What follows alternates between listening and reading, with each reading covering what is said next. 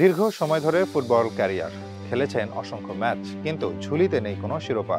যেখানে Messi, Ronaldo অসংখ্য শিরোপার মালিক, সেখানে ফুটবল ইতিহাসে এমন অনেক কিংবদন্তি ফুটবলার রয়েছেন যারা ব্যক্তিগত দক্ষতা, নৈপুণ্য ও জনপ্রিয়তার শিখরে উঠেও কখনো শিরোপার স্বাদ পাননি। এমনকি তারা ক্লাব ও জাতীয় দলের হয়ে অসাধারণ পারফরম্যান্স করেও ভাগ্য খুলতে পারেননি শিরোপার, বরং হতাশা নিয়েই অনেকেই ইতি টেনেছেন ক্যারিয়ারের। আজকের প্রতিবেদনে থাকছে এমনই কিছু দুর্ভাগা ফুটবলারের কথা যারা কখনো জেতেনি শিরোপা। এ তালিকায় সবচেয়ে বড় নাম সম্ভবত English superstar Harry Kane. English ফুটবলের নিয়মিত তারকা কেইন গত 7-8 বছর ধরে সেরা ইংলিশ স্ট্রাইকারের তকমাটাও তার গায়ে। প্রিমিয়ার লিগের সেরা গোল স্কোরার হয়েছেন, সেরা খেলোয়াড়ও হয়েছেন, এমনকি বিশ্বকাপের সেরা গোল স্কোরারও হয়েছেন, কিন্তু দলগত শিরোপার ধারে কাছেও যেতে পারেননি তিনি। ক্লাব ও জাতীয় দল সব মিলিয়ে এখন পর্যন্ত 580 এর বেশি ম্যাচ খেলেও শিরোপার স্বাদ গ্রহণ করতে পারেননি তিনি। হ্যারি কেইনের সামনে প্রথম ট্রফি জেতার সুবর্ণ সুযোগ এসেছিল 2014-15 মৌসুমে।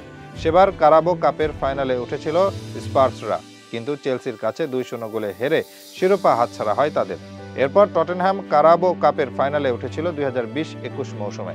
সেবার তারা হারে ম্যানচেস্টার সিটির কাছে। এমনকি জাতীয় দলের হয়ে খেলেছেন 2020 সালের ইউরোপিয়ান চ্যাম্পিয়নশিপের ফাইনাল, সেখানেও ব্যর্থ এই তারকা, ব্যর্থ ইংল্যান্ড। তার আগে 2018-19 মৌসুমে উয়েফা নেশনস লিগে তৃতীয় হয় থ্রি লায়ন্সরা। এমন দুঃখ আর আছে কার? শিরোপাহীন আরেক নাম বেলজিয়ান ফুটবলার রাজা নাইনগোলান। তিনি তার ক্যারিয়ারের অধিকাংশ সময় ইতালিতে অতিবাহিত করেছেন, যেখানে তিনি পিয়াচেঞ্জা, কালিয়ারি এবং রোমার মতো ক্লাবের হয়ে মোট 250-এর বেশি ম্যাচ খেলেছেন, কিন্তু ইতালির বড় বড় ক্লাবে খেলেও শিরোপার দেখা পাননি তিনি। এ তালিকায় আছেন ফ্রান্স ফুটবলার দিমিত্রি পায়েত। অবশ্য পুরো ক্যারিয়ারে তেমন বড় দলে খেলার সৌভাগ্য হয়নি তার।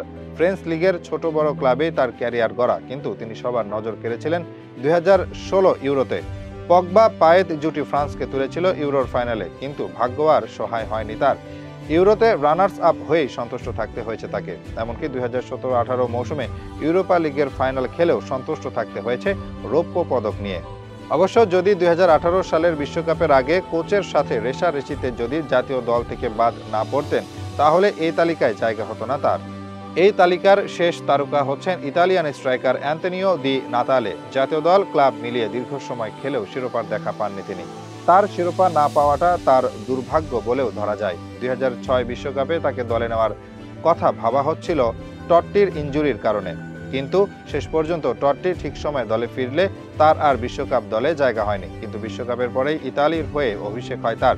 এরপর 2012 ইউরোতে ফাইনালে পৌঁছেও তার জেতা হয়নি শিরোপা। পুরো ক্যারিয়ারে এম্পোলি ও উদিনিসের হয়ে খেলে শিরোপার দেখা পাওয়া সম্ভব ছিল না কখনোই।